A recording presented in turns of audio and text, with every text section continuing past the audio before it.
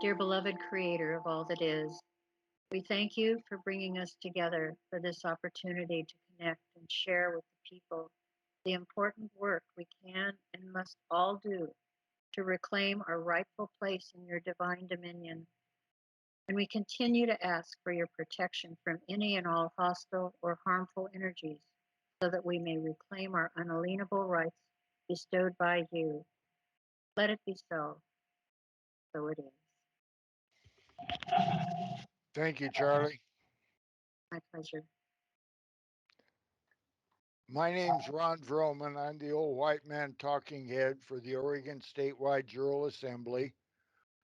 Anybody that wants to come on and talk is welcome to do that. Um, I had a thought today, and it didn't even hurt. And then I had another one, and it didn't hurt either. And the two of them together caused me to call William and say, "Can I make a recording?" William said, "Yes." Charlie gave a prayer, and I'm going to tell you a little bit of history. I joined the Navy in 1956 after I'd been in the boot camp in San Diego for about a week. They held a class. All the guys in my company, we marched to a class and we listened to it. And it was called uh, UCMJ, the Universal Code of Military Justice. All of the services were going to use the same code for military justice. And that's when I found out that I no longer had any constitutional rights. I had given them up when I enlisted. And I didn't like that at all. That I thought that was a bait and switch kind of.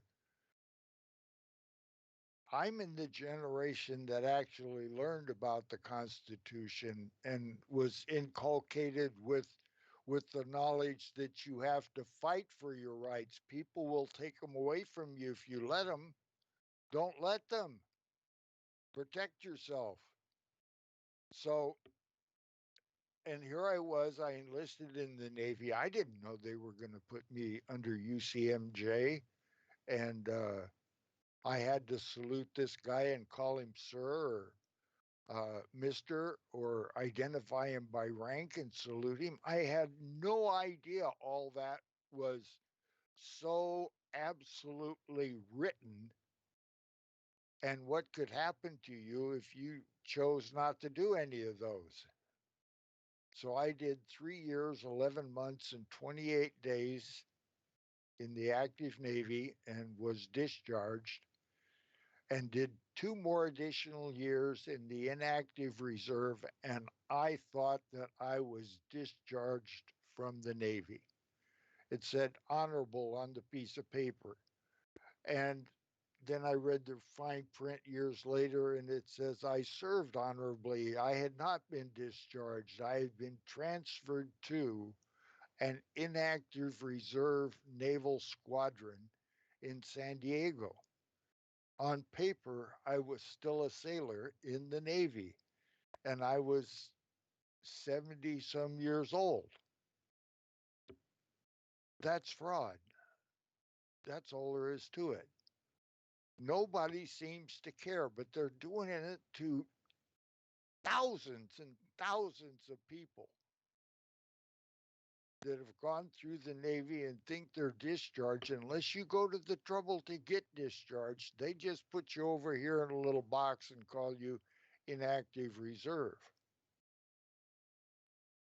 which means that you're under the UCMJ, not under the Constitution. That's important. So then, while all that's jamming around in my head today, the second thought came, and that was my confrontation with the VA. I'm a veteran, so I have VA medical center rights. I earned them when I was in the Navy, just like everybody else that's been in the military has earned them. And so then I've been going there probably close to 30 years. Yeah. So anyhow, they charge $2 for every prescription medication that you get from the VA if you make over $14,000. That's about, I don't know, not very much money.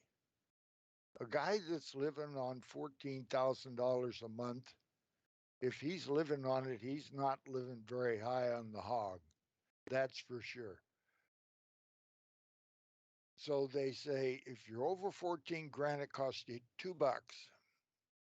Well, okay. I took a list of prescriptions one time to the pharmacist, and I said, "How much would it cost me to get this list of prescription drugs filled by you here?" And he said, "Okay," and he figured it out. It was like 70 or $80, and I think I had spent four. And so I thought, well, okay. But then I hadn't woken up yet. And then in 2014, I became aware of just how bad this was. The deception was gone. I was aware, and this stuff was hitting me like gangbusters from all sides. And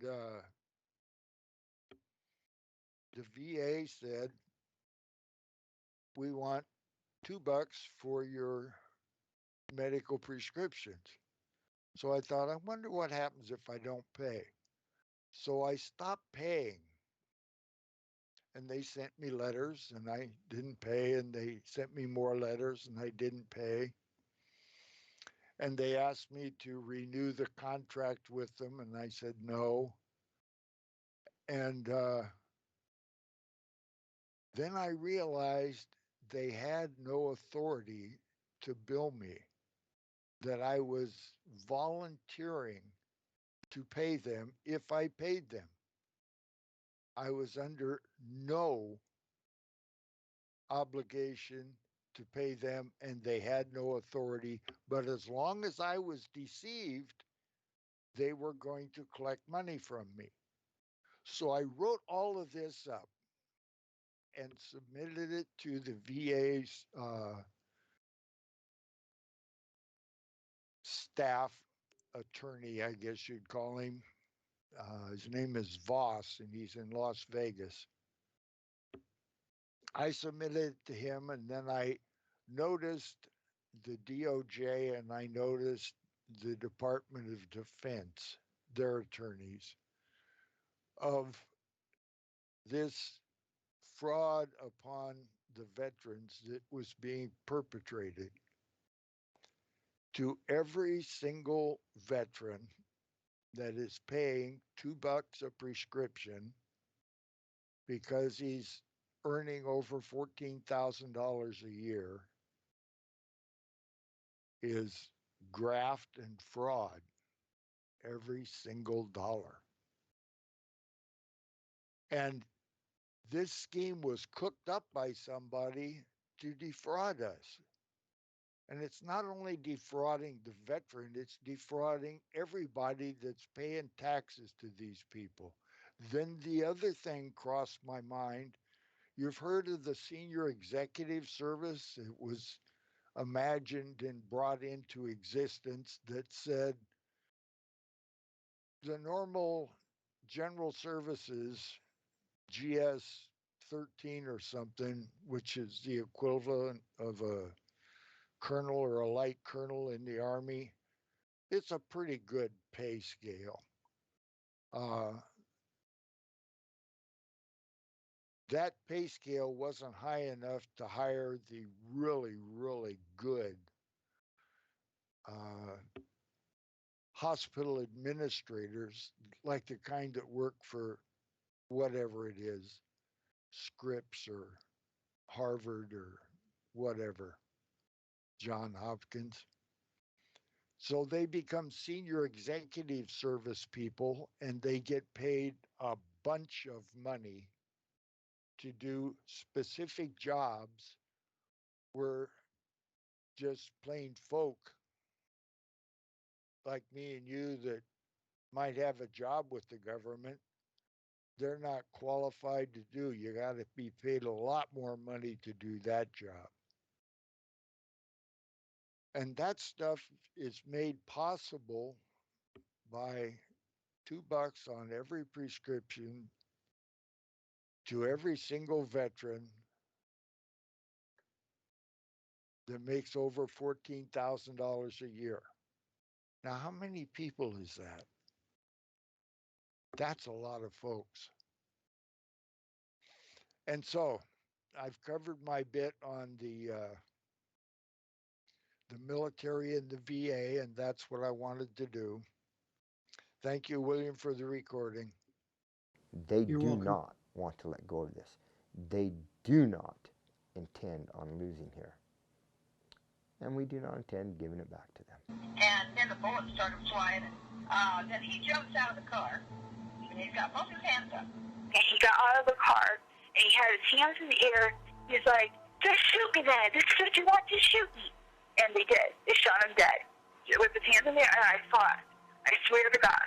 He was just walking with his hands in the air. And they shot him. And they shot him dead, and then after he was down on the ground, they shot him 3 more times.